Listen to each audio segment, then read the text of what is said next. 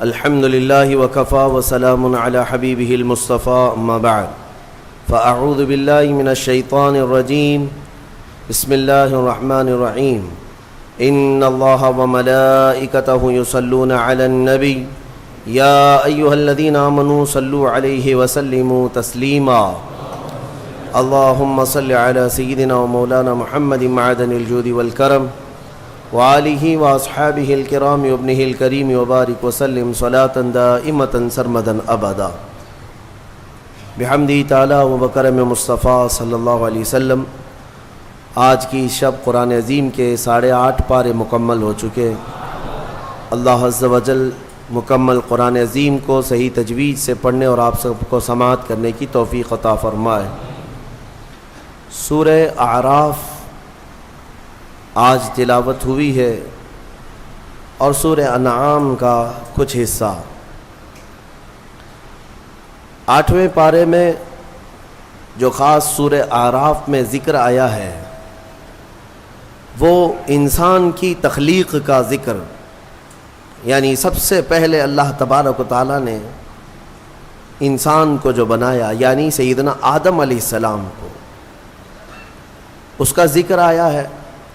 اللہ تبارک و تعالیٰ نے فرمایا قرآن میں وَلَقَدْ خَلَقْنَاكُمْ ثُمَّ صَوَّرْنَاكُمْ، ہم نے تمہیں پیدا کیا اور پھر اچھی صورت بھی دی، اور صرف پیدا کر کے اچھی صورت ہی نہیں دیا بلکہ قرآن میں مولا فرماتا ہے ثُمَّ قُلْنَا لِلْمَلَائِكَةِ اسْجُدُوا لِآدَمَ، پھر ہم نے فرشتوں سے کہا کہ تم آدم کو سجدہ کرو۔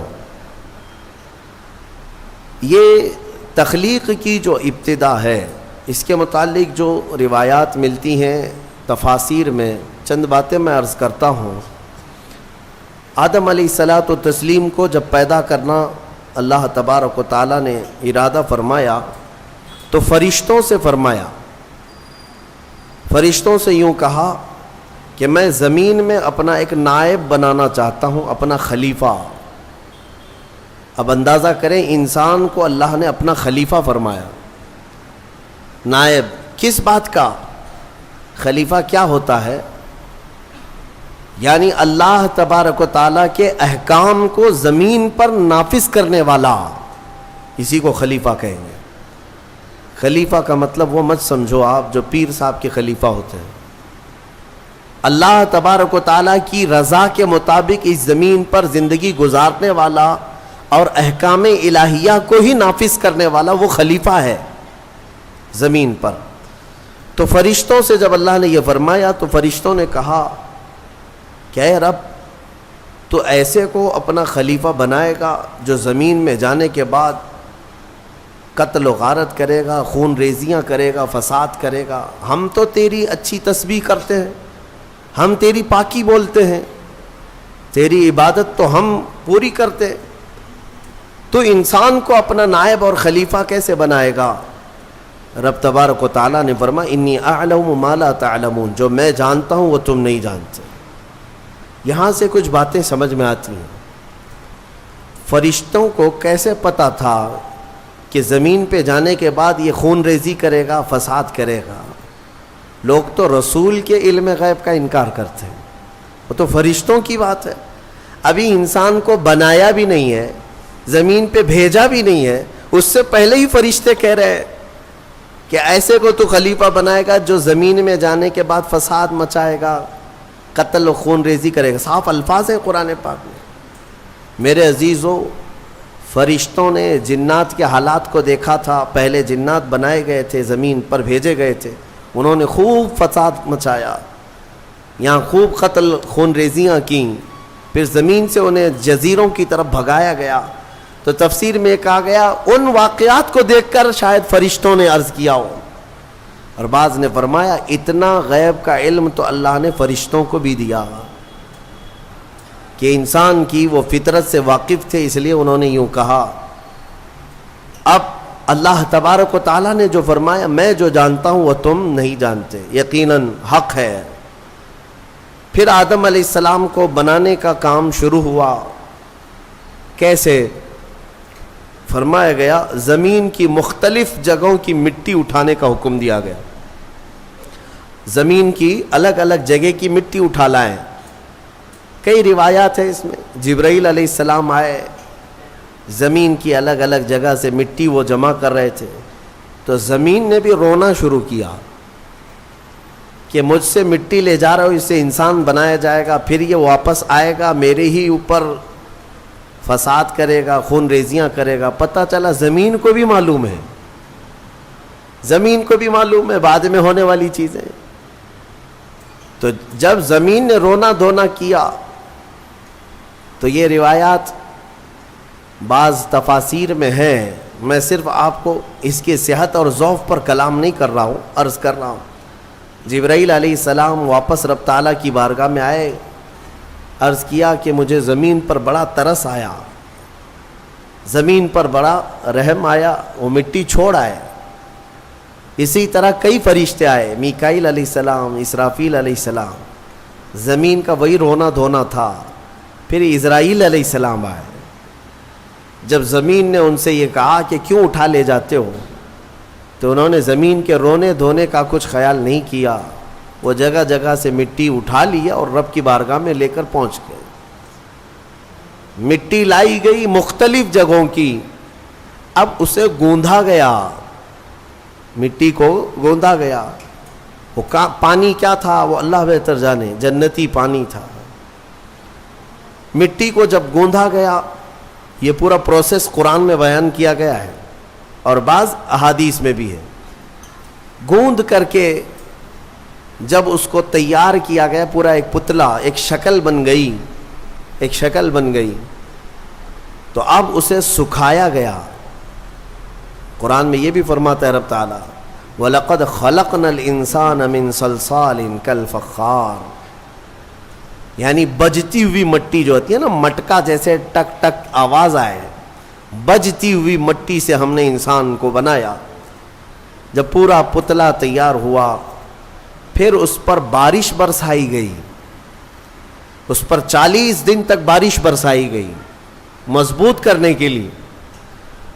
اب اس پتلے پر جو بارش برسی اس کے بارے میں بزرگوں نے فرمایا 40 دن کی بارش میں 39 دن تک غم کی بارش ہوئی, ایک دن خوشی کی بارش ہوئی.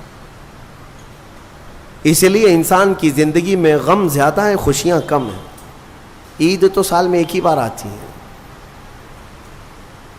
خوشیاں کم ہیں, غم زیادہ ہے. تو یہ 40 دن کی بارش کے بعد اب جب اس پوری شکل کو اللہ تبارک و تعالیٰ نے ترتیب دیا.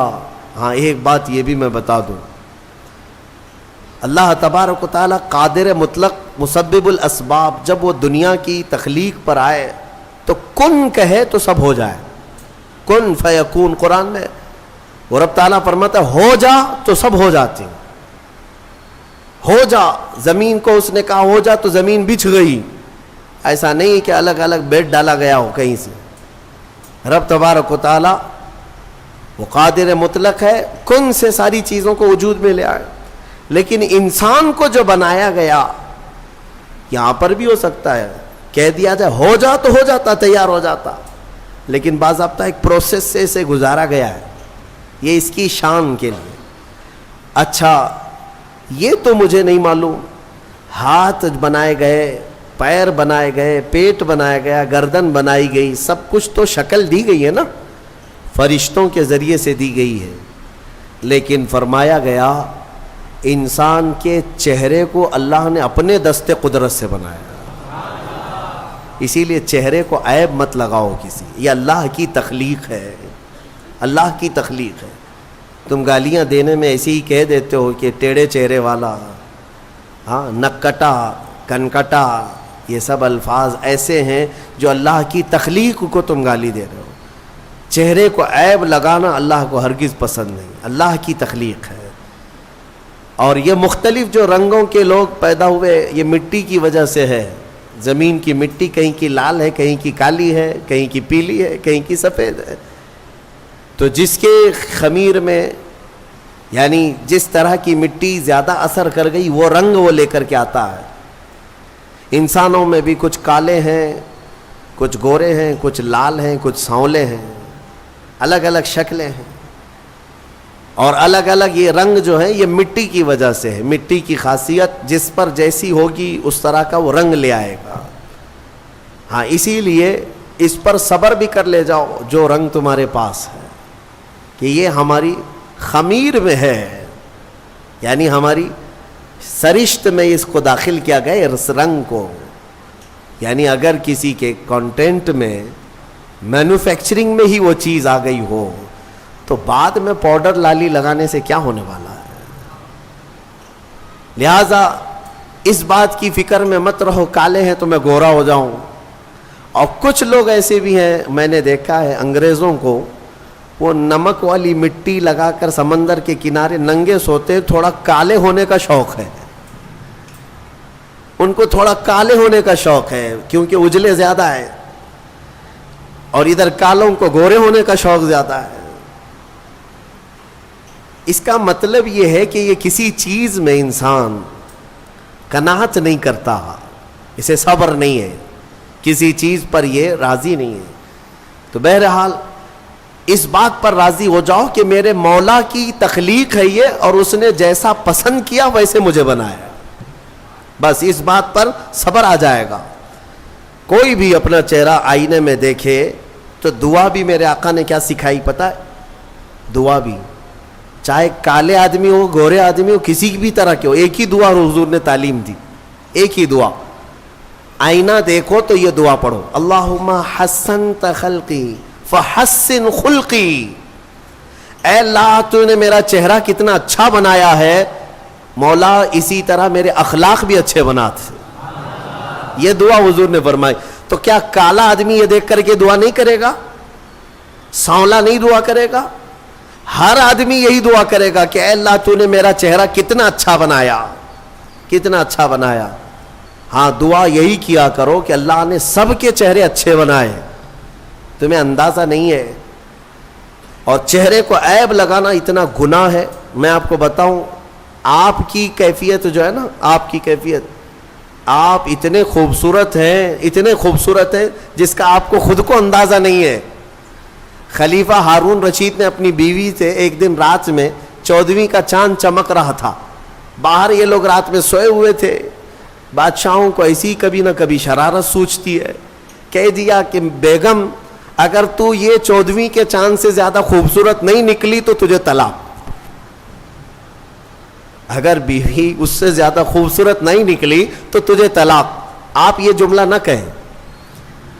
وہ خلیفہ تھا, وہ بادشاہ تھا, اس نے کہا اب طلاق کا لفظ یہ معمولی نہیں, یہ گالی نہیں ہے, یہ گولی ہے. ہاں بعض لوگ یہ سمجھتے ہیں گالی دینے کے لیے بیوی کو طلاق کہا ہے. میاں گالی نہیں ہے, یہ رشتے ختم ہو جاتے ہیں.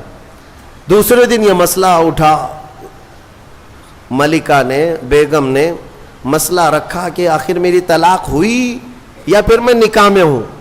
یہ کیسے پتا چلے گا کہ میں چاند سے زیادہ خوبصورت ہوں کہ نہیں؟ یہ کون بتائے گا؟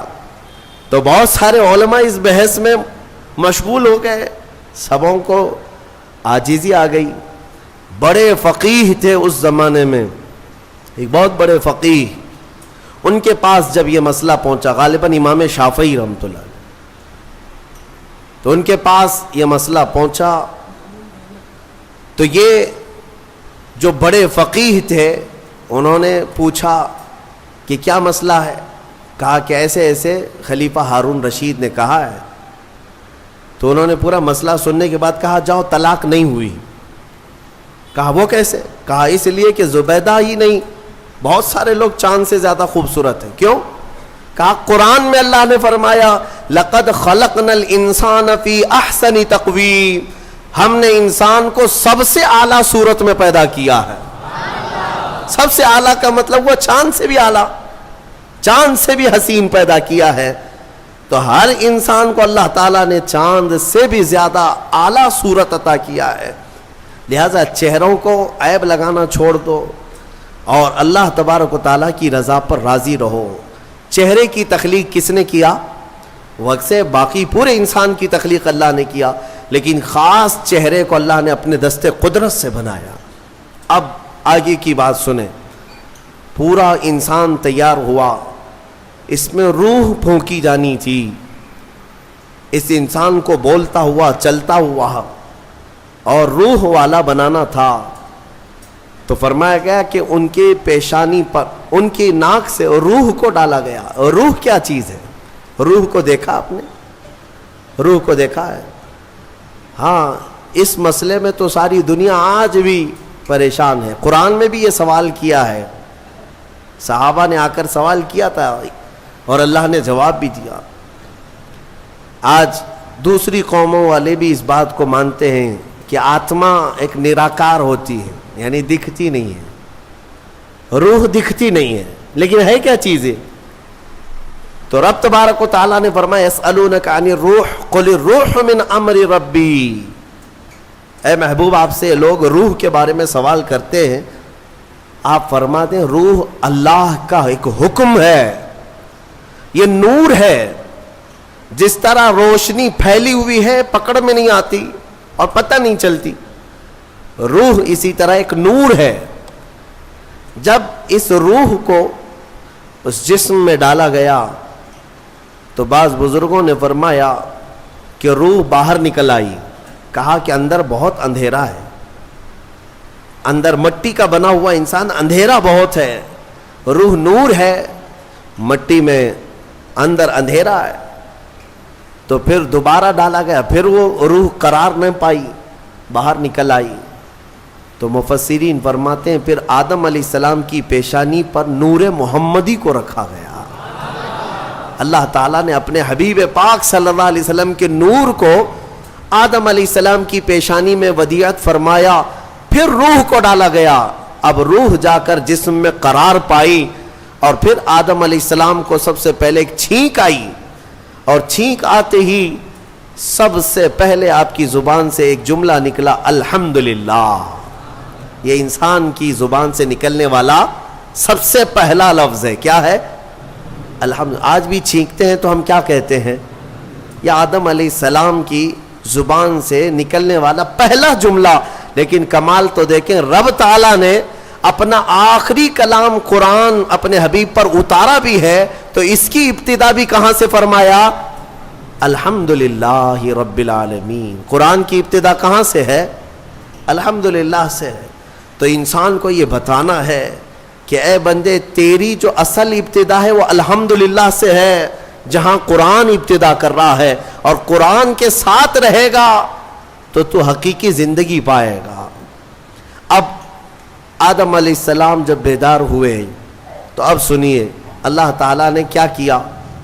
رب تبارک و تعالیٰ ان کے سامنے دنیا کی ساری چیزوں کو پیش کیا، جو جو ہونے والی تھی یا جو کچھ بھی، سب کے نام سکھا دیے. وعلم آدم الاسماء کلہا، سب چیزوں کے نام آدم علیہ السلام کو سکھا دیے.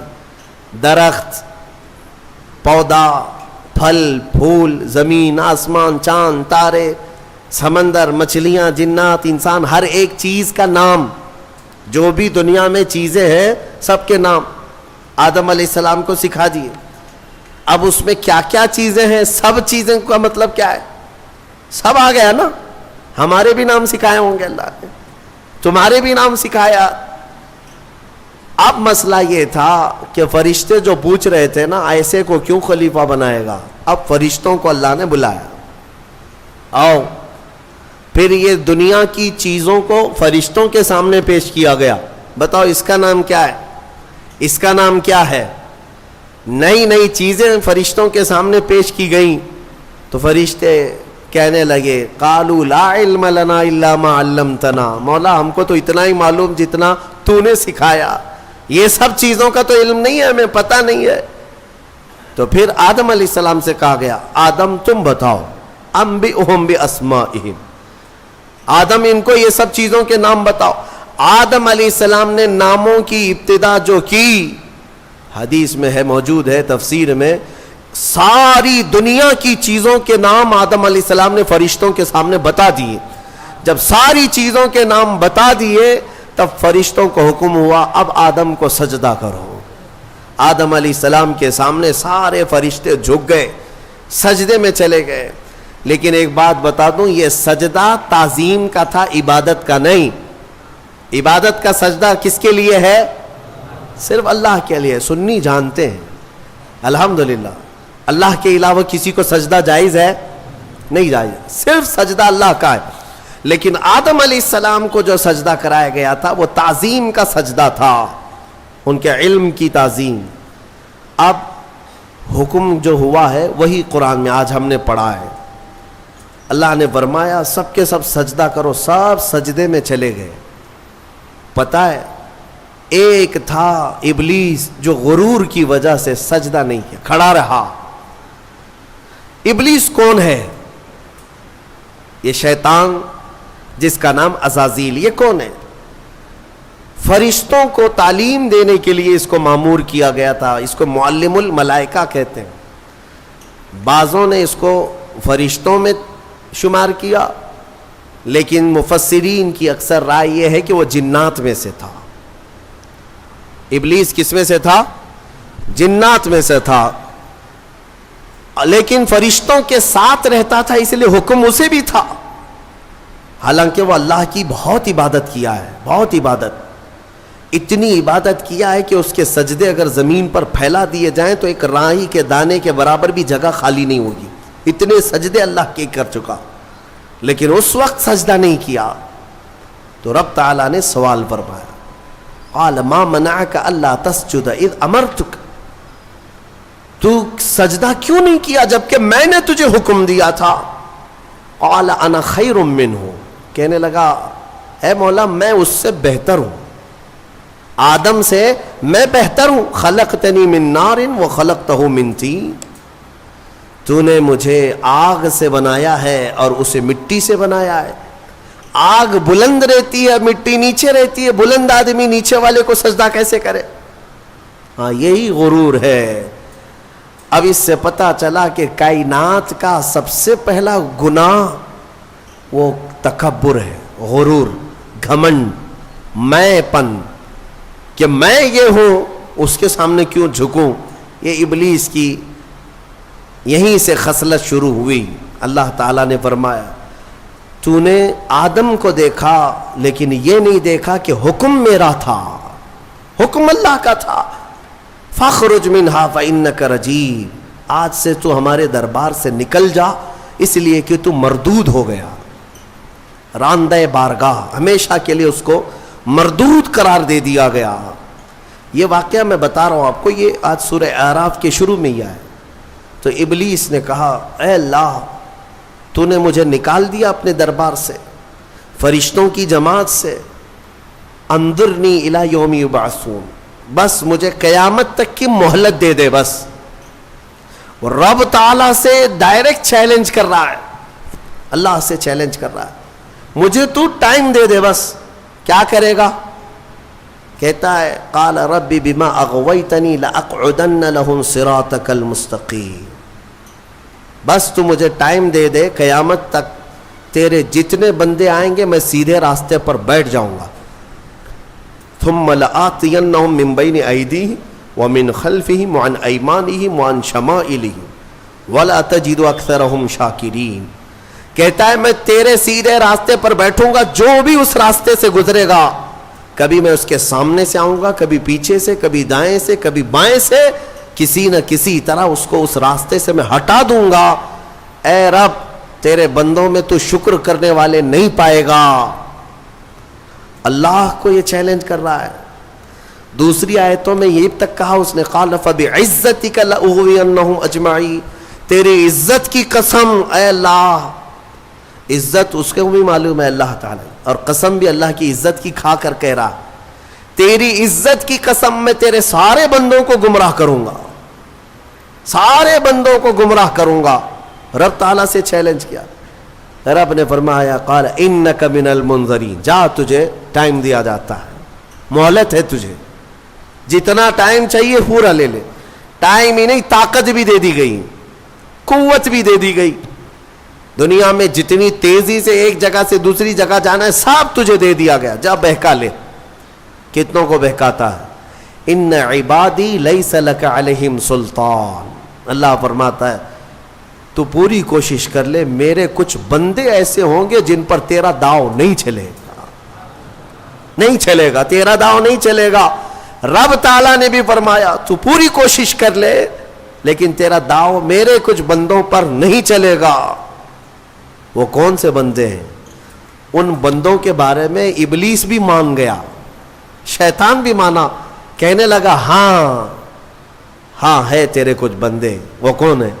الا عبادک منہم المخلصین، یہ وہ بندے، ہاں مولا تیرے کچھ بندے ایسے ہوں گے جن پر میرا داؤ نہیں چلے گا۔ وہ کون ہے؟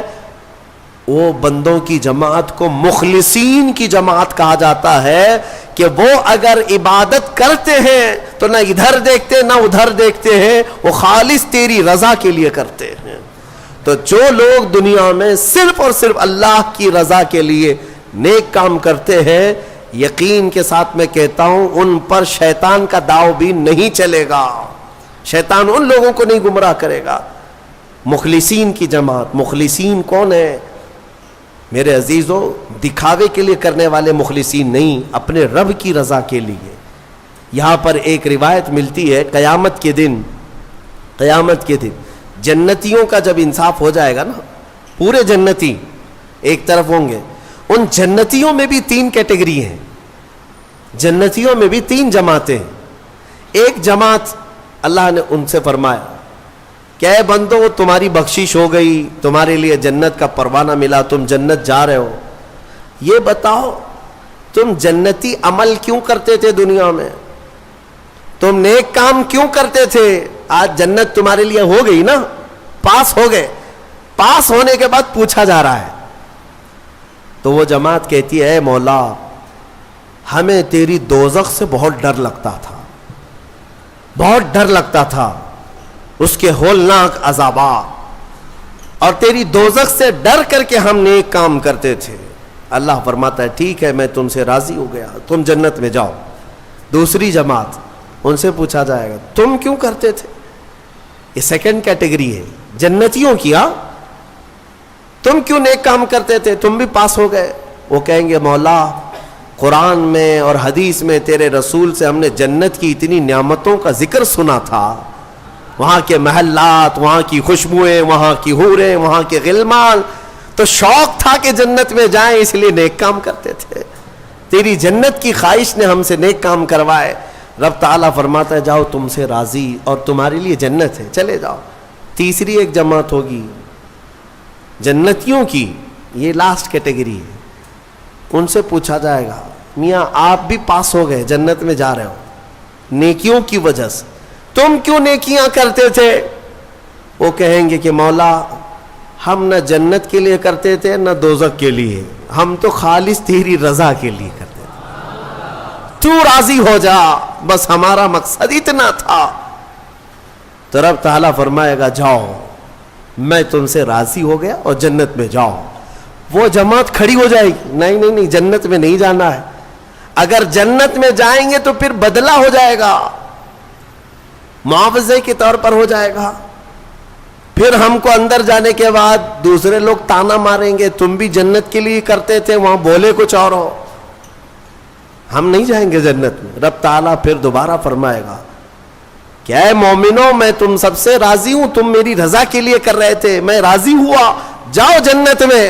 وہ کہیں گے مولا نہیں جنت میں جائیں گے تو پھر یہ مسئلہ آ جائے گا کہ تم جنت کے لیے کیا کرتے تھے، ہم تو تیری رضا کے لیے کرتے تھے۔ یہاں تک کہ روایت میں فرمایا گیا فرشتوں کو حکم ہوگا کہ ان کو بیڑیاں پہنا اور کھینچ کے جنت میں لے جاؤ۔ یہ مخلصین کی جماعت تھی، یہ لالچ میں عبادت نہیں کیے اور نہ ہی ڈر کر کے کیے، یہ خالص اللہ کی رضا کے لیے۔ اور اسی جماعت کے بارے میں شیطان بھی کہتا ہے ان پر میرا داؤ نہیں چل سکے گا، ان پر میرا حربہ نہیں چل سکے گا۔ اسی لیے میں مومنوں سے گزارش یہ کرتا ہوں کہ اعمال میں اخلاص پیدا کرو، اخلاص صرف اور صرف اللہ کے لیے، نہ کسی کو ڈر کر، نہ کسی کے لیے، عبادتیں نہیں، اللہ کے لیے۔ تم اپنی آخرت کو سوچو۔ میں ایک بزرگ کے متعلق پڑھا تھا، 30 سال تک انہوں نے پہلی صف میں نماز ادا کی جماعت کے ساتھ، ایک نماز بھی نہیں چھوٹی، تکبیر اولا بھی نہیں چھوٹی، 30 سال تک۔ توجہ چاہتا ہوں، 30 سال تک ایک نماز میں ایک جماعت نہیں چھوٹی اور پہلی تکبیر بھی نہیں چھوٹی، پہلی صف میں کھڑے رہتے تھے۔ 30 سال کے بعد ایک دن مغرب میں آئے تو ایک رکعت ہو گئی۔ 30 سال کے بعد ایسا موقع آیا، پیچھے رہ گئے۔ تو پھر جب آئے دیکھا کہ صفیں تو لگ گئی ہیں، پیچھے جگہ مل رہی تھی، تو انہوں نے شرم کے مارے، ڈر کے مارے، سب لوگ کیا کہیں گے ابھی 30 سال سے جس کی جگہ پکی ہے آج تو ہے نہیں، چھوٹ گیا پیچھے، تو پیچھے سے ہی گھر چلے گئے۔ گھر میں جا کر نماز پڑھ لیا۔ عشاء میں اس ڈر سے نہیں آئے کہ سب لوگ سوال کریں گے مغرب میں کہاں تھے۔ تو اس زمانے میں ایک بڑے بزرگ تھے، انہوں نے پوچھ لیا کہ فلاں صاحب جو رہتے تھے پہلی صف میں، جن کا ریکارڈ تھا 30 سال کا، وہ کہاں ہیں؟ کہا کہ حضور پتہ نہیں، مغرب میں بھی نہیں آئے، عشاء میں بھی نہیں آئے۔ کہا کہ چلو دیکھ لیتے ہیں، کہیں بیمار تو نہیں ہو گئے، کچھ تو ہوا نہیں تکلیف۔ گئے تو گھر میں بیٹھے ہوئے تھے، پوچھا کہ کیا بات ہے، مغرب میں بھی نہیں، عشاء میں بھی نہیں؟ کہا مغرب میں آیا تھا لیکن ایک رکعت ہو گئی تھی، میں شرم کے مارے پہلی صف میں نہیں آیا، پہلی صف میں جگہ نہیں مل رہی تھی، شرم کے مارے میں پیچھے نہیں کھڑا ہوا کہ لوگ کیا کہیں گے، میں واپس گھر میں آ کر نماز پڑھ لیا۔ اس بزرگ نے ان سے کہا جو 30 سال کی عبادت کر چکے تھے، کہا کہ اے بندے جا پچھلے 30 سال کی نمازوں کو پھر سے ریپیٹ کر لے، دوہرا لے، اس لیے کہ جو تو نے نمازیں پڑھی وہ صرف اسی نیت سے پڑھی کہ لوگ کیا کہیں گے، لوگ کیا کہیں گے۔ تجھے اس بات کا خیال نہیں ہے کہ تو عبادت اللہ کے لیے کرتا ہے، جا پچھلے 30 سال کی نمازیں اعادہ کر لے، پھر سے پلٹا لے۔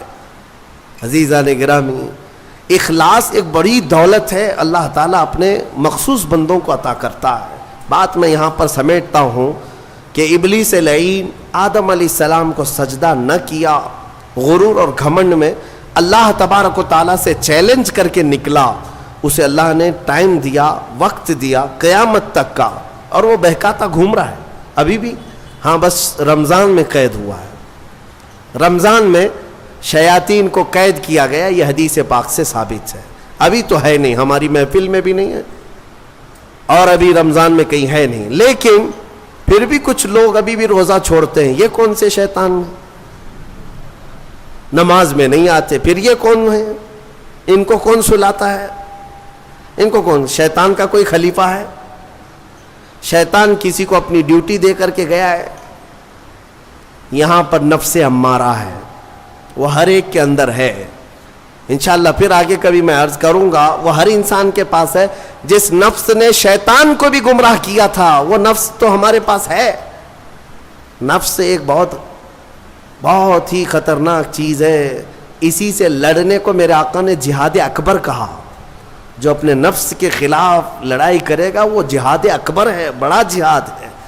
تو بہرحال آدم علیہ الصلاۃ والتسلیم کی پیدائش ہوئی اور آپ کو وہاں سے جنت میں رکھا گیا۔ اب یہاں پر کچھ باتیں مجھے عرض کرنی ہے، وہ یہی ہے کہ آدم علیہ السلام کو جب ساری چیزوں کے نام بتائے گئے اور سب کچھ علم دیا گیا اور پھر جنت میں رکھا گیا، جنت کیسی ہے؟ وہاں کسی چیز کی کمی ہے؟ کوئی چیز کی کمی نہیں، ساری نعمتیں ہیں، لیکن اس کے باوجود آدم علیہ السلام کو کچھ بے قراری تھی۔ کیوں؟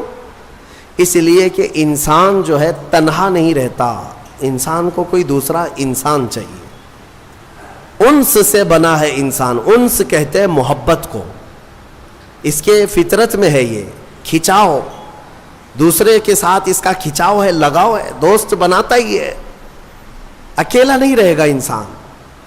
تو آدم علیہ السلام کو جو یہ بے قراری تھی وہ تنہا ہونے کی، پھر ایک دن اللہ رب العزت نے ان کی بائیں پسلی سے کچھ حصہ نکالا اور اس سے ایک عورت کو بنایا گیا، وہ حضرت حوا تھی۔ ہاں اتنی بات میں آپ کو بتا دوں، آدم علیہ السلام کی پیدائش وہ کس جگہ ہوئی اللہ بہتر جانے، کوئی تو جگہ ہوگی، لیکن عورت کی پیدائش تو جنت کے اندر ہوئی۔ کہاں ہوئی ہے؟ جنت کے اندر ہوئی ہے۔ ہاں جنت میں پیدا ہوئی ہے عورت، یہ اس کا مقام ہے اور یہ جنتی چیز ہے. اللہ تبارک و تعالیٰ نے اس میں جو خوبصورتی رکھی ہے عورت کے اندر وہ جنت کی کشش ہے. جب حضرت آدم علیہ السلام حضرت حوا کو دیکھتے ہیں، آپ کو پتہ ہے حضرت حوا دنیا کی سب سے خوبصورت عورتوں میں سے ایک ہے، سب سے خوبصورت تھی. آدم علیہ السلام ان کی طرف ہاتھ بڑھانے لگے. رب تعالیٰ کا حکم ہوا آدم تمہارے لیے حلال نہیں، تم اس کا مہر ادا کرو، مہر ادا کرو. مہر دینا یہ جنتی قانون ہے، آج بھی ہمارے نکاح میں مہر رکھا جاتا ہے. آدم علیہ السلام نے عرض کیا کہ مولا میں یہاں کس چیز کا مالک ہوں، کیا چیز مہر میں دوں؟ رب تبارک و تعالیٰ نے فرمایا آدم تمہاری اولاد میں اخیر زمانے میں میرا ایک محبوب نبی پیدا ہوگا جس کو آسمانوں میں احمد زمینوں میں محمد کہا جائے گا. آدم تم اس پر 20 بار درود بھیجو، یہ حوا کا مہر ہو جائے گا. شیخ عبدالحق محدث دہلوی رحمۃ اللہ علیہ نے بھی اس کو لکھا ہے. آپ اندازہ کرو ہماری ماں کا مہر درود پاک ہے. ہماری ماں ہمارے باپ کے لیے حلال ہوئی تو درود کے صدقے میں حلال ہوئی. اور جس کو درود سے چھڑ ہے اسے سوچنا چاہیے کہ حلال ہونے کا طریقہ آدم علیہ السلام کے لیے حضرت حوا درود رکھا گیا. درود کے منکر تو کہاں جائے گا کہ اپنے ماں باپ کے بارے میں شک کرے گا. آدم علیہ السلام اس کے بعد حضرت بی بی حوا کو چھوتے ہیں. دونوں مزے سے رہ رہے تھے. قرآن میں اللہ فرماتا یا آدم اسکن انت وزوجک الجنت فکلا منہا حیث شئتما. رب فرماتا ہے تم اور تمہاری بیوی جنت میں رہو، جو چاہے کھاتے رہو، جہاں سے من کرے کھاؤ. جنت میں گھومتے رہو، پھرتے رہو، ساری چیزیں تمہارے لیے اب حلال ہیں. لیکن رب نے فرمایا تھا وَلَا تَقْرَبَ هَذِهِ الشَّجَرَةَ، ایک درخت ہے اس کے قریب مت جانا، ایک درخت ہے اس کے قریب مت جانا. اللہ کی طرف سے منع تھا. وہ درخت کے قریب جانے کی ممانعت آئی تھی تو ہوا کیا؟ ابلیس لعین جو بارگاہ سے مردود ہو گیا تھا، اب اس کی ڈیوٹی ہو گئی تھی کہ آدم علیہ السلام کو بہکائیں یا پھر ان کی ذریت کے خلاف کچھ نہ کچھ سازشیں کرتے رہے. اس کی ڈیوٹی ہو گئی تھی. اس وقت تک وہ فرشتوں میں بھی جاتا آتا تھا، جنت کے دروازے تک بھی پہنچتا تھا.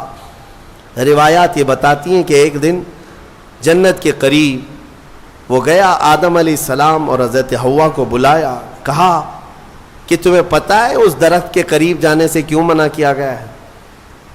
آدم علیہ السلام نے پوچھا کیا بات ہے؟ کہا اس درخت میں ایک پھل ہے، اگر تم کھا لو گے نا الا ان تکونا ملکین او تکونا من الخالدین، تم یا تو فرشتے بن جاؤ گے یا ہمیشہ جنتی بن جاؤ گے. ہاں اگر کھا لیے تو ہمیشہ کا ہو جائے گا، پکے ہو جاؤ گے. اس لیے تمہیں روکا گیا ہے، کھانے سے روکا گیا ہے کہ تم کنٹینیو نہ ہو جاؤ، یہاں پہ ہمیشہ کے نہ ہو جاؤ. آدم علیہ السلام اس کی باتوں میں نہیں آئے. لیکن اندر آنے کے بعد حضرت حوا بار بار کہنے لگیں آدم علیہ السلام سے کہ ایک بار پھل کھا کے تو دیکھتے ہیں، کھا کر کے تو دیکھتے ہیں. حضرت آدم علیہ السلام نے منع کیا. رب تبارک و تعالیٰ نے قریب جانے سے منع کیا ہے، وَلَا تَقْرَبَ هَذِهِ الشَّجَرَةَ. اب یہاں پر شیطان نے ایک لاجک سکھائی، منطق. ہاں قریب جانے سے منع کیا نا، درخت کا پھل کھانے سے تھوڑی نہ منع کیا. تو حضرت بی بی حوا نے پھل توڑ کر کے آدم علیہ السلام کو بھی پیش کیا، خود بھی کھائیں. جیسے ہی ان دونوں نے کھائے، قرآن میں اللہ فرماتا ہے دونوں کے کپڑے اتر گئے، لباس اتار لیا گیا، پورا کا پورا لباس اتار لیا گیا. جنت کے کچھ درختوں کے پتوں سے انہوں نے اپنا جسم چھپایا. پھر فوراً حکم آیا اللہ کا، قال اہبطوا، اتر جاؤ تم سب کے سب، تم سب اتر جاؤ جنت سے، زمین پر جاؤ. اس لیے کہ اللہ تعالیٰ نے جس چیز سے روکا تھا تم نے وہ کھا لیا. آدم علیہ السلام کو بھی اتارا گیا، بی بی حوا کو بھی اتارا گیا. جنت میں اور جنہوں نے ان کا تعاون کیا تھا سب کو اتارا گیا, زمین پر بھیج دیا گیا. اور پھر الگ الگ آدم علیہ السلام کو سرندیپ پہاڑ پر جو سری لنکا میں ہے آج, حضرت حوا کو جدہ میں سعودی عرب میں, اتنا لمبا فاصلہ, اور پوری بھری دنیا میں دو ہی لوگ ہیں اور ایک ادھر ایک ادھر. رب تبارک و تعالیٰ نے اتارا اور پھر یہ فرمایا ایک مدت تک تم کو زمین میں ٹھہرنا ہے اور پھر میری طرف لوٹ کر کے آنا ہے. آدم علیہ السلام اس بات پر روتے رہے, بہت روئے, تقریباً 350 سال روئے. سب سے زیادہ رونے والوں میں آدم علیہ السلام کا نام آتا ہے. پھر ایک دن ایسا ہوا کہ آدم علیہ السلام نے اللہ تعالیٰ کی بارگاہ میں یوں عرض کیا کہ جب میری آنکھ کھلی تھی, سب سے پہلے حضرت آدم علیہ السلام کی روح ڈالی گئی, آنکھ کھلی تھی, تو سب سے پہلے آدم علیہ السلام کی نظر جس چیز پہ پڑی تھی وہ لا الہ الا اللہ محمد الرسول اللہ.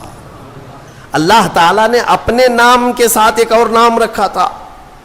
آدم علیہ السلام نے اللہ کی بارگاہ میں یوں عرض کیا کہ مولا, جس کا نام تو اپنے نام کے ساتھ آسمانوں میں رکھا اس کے طفیل میری توبہ قبول فرما.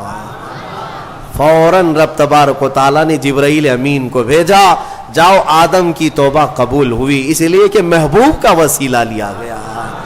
ہاں, اسی لیے ہمارے امام بریلی کے تاجدار فرماتے ہیں وہ جہنم میں گیا جو ان سے مستغنی ہوا, ہے خلیل اللہ کو حاجت رسول اللہ کی, ہے خلیل اللہ کو حاجت رسول اللہ کی, عرش حق ہے مسند رفعت رسول اللہ کی, دیکھنی ہے حشر میں عزت رسول اللہ کی. یہ اتنا ہی نہیں میرے عزیزو, تمہیں کیا خبر, قیامت کے دن کے بارے میں بھی اعلیٰ حضرت فرماتے ہیں خلیل و نجی مسیح و صفی سبھی سے کہیں نہ بنی.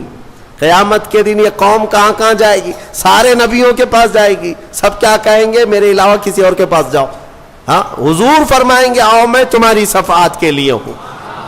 اس کو اعلیٰ حضرت فرماتے ہیں خلیل و نجی مسیح و صفی سبھی سے کہیں نہ بنی, یہ بے خبری کی خلق پھری کہاں سے کہاں تمہارے لیے. یا رسول اللہ, کہاں سے کہاں تمہارے لیے, دہن میں زباں تمہارے لیے, بدن میں ہے جان تمہارے لیے, ہم آئے یہاں تمہارے لیے, اٹھے بھی وہاں. الحمدللہ حضرت آدم علیہ السلام کی توبہ قبول ہوئی. اس کے بعد آپ کو حکم ہوا حج پہ جانے کا, آپ حج کے لیے آئے. کعبہ اس وقت موجود تھا, فرشتوں کا تعمیر کیا ہوا تھا. آدم علیہ السلام سفر کر کے گئے حج کے لیے. یہاں سے ایک بات میں عرض کرتا ہوں, دنیا کا پہلا حج ہندوستان کی سرزمین سے ہوا. آدم علیہ السلام اسی زمین سے گئے, اور ہمارے لیے فخر کی بات یہ ہے کہ یہ ہندوستان ہمارے باپ کی زمین ہے.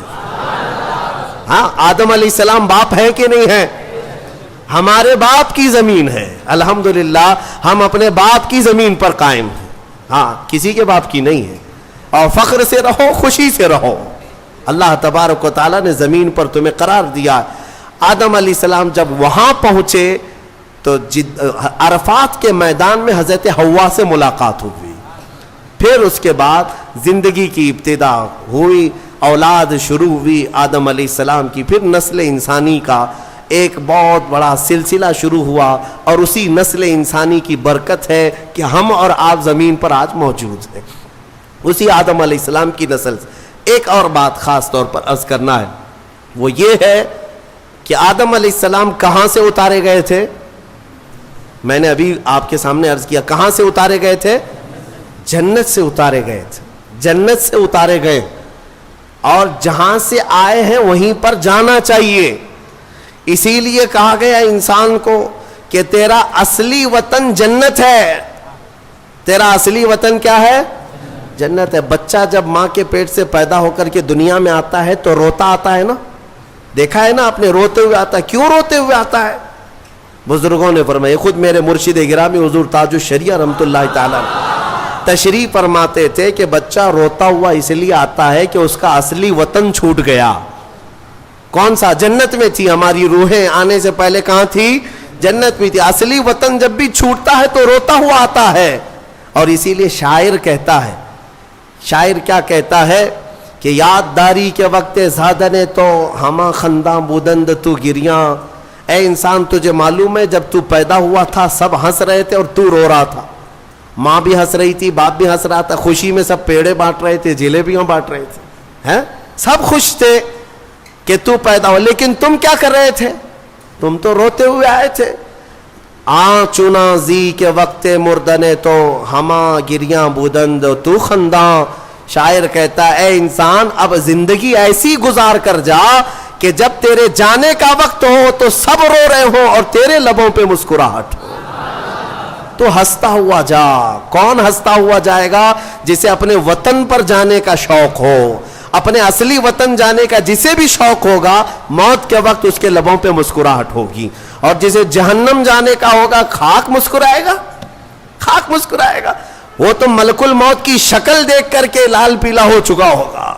ہاں اسی لیے جنت کی خواہش بھی رکھو کہ میرا اصلی وطن ہے, اور کام بھی وہی کرو تاکہ مرنے کے وقت لال پیلے نہ ہو, لبوں پر مسکراہٹ ہو. اسی لیے بہتوں کو مرتے وقت مسکرانا یہ ہمارے اختیار میں نہیں ہے.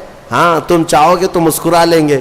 ابھی ہم بیٹھے ہیں, ہنسنے کے لیے بولوں گا تو پورا پھاڑ کر کے ہنسیں گے, ہو سکتا ہے ابھی اختیار ہے, لیکن موت کے بستر پر میاں کسی کے اختیار میں نہیں. ہنسنا اس وقت تمہارے کنٹرول میں نہیں. اس وقت تو نزع کا عالم ایسا کہ مکھی بھی بیٹھے تو پہاڑ کے برابر لگے ہیں. ہنس کہاں سکو گے؟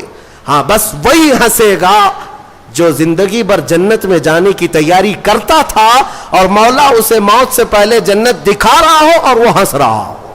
بس وہی ہنسے گا, باقی کسی کے کنٹرول میں نہیں ہے. اسی لیے میں اسی پر گفتگو ختم کرتا ہوں.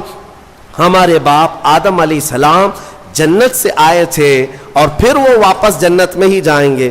آدم علیہ السلام بھی, نوح علیہ السلام بھی, موسیٰ و عیسیٰ بھی, ابراہیم و اسماعیل بھی علیہ السلام, اور خود میرے آقا و مولا سیدنا محمد الرسول اللہ صلی اللہ علیہ وسلم جنت ہی میں جائیں گے. تو ہم جن کی امت ہیں, ہمارے لیے یہی فرض ہے کہ ہم بھی وہیں جائیں جہاں ہمارے رسول جائیں گے, اور جنت کے کام شروع کرو, نیکیاں کرو. اللہ تبارک و تعالی ہم سب کو اصلاح کی توفیق عطا فرمائے. مرنے سے پہلے مولا توبہ کی توفیق عطا فرمائے, جنتی اعمال کی توفیق عطا فرمائے. وآخر دعوانا الحمدللہ رب العالمین. السلام علیکم.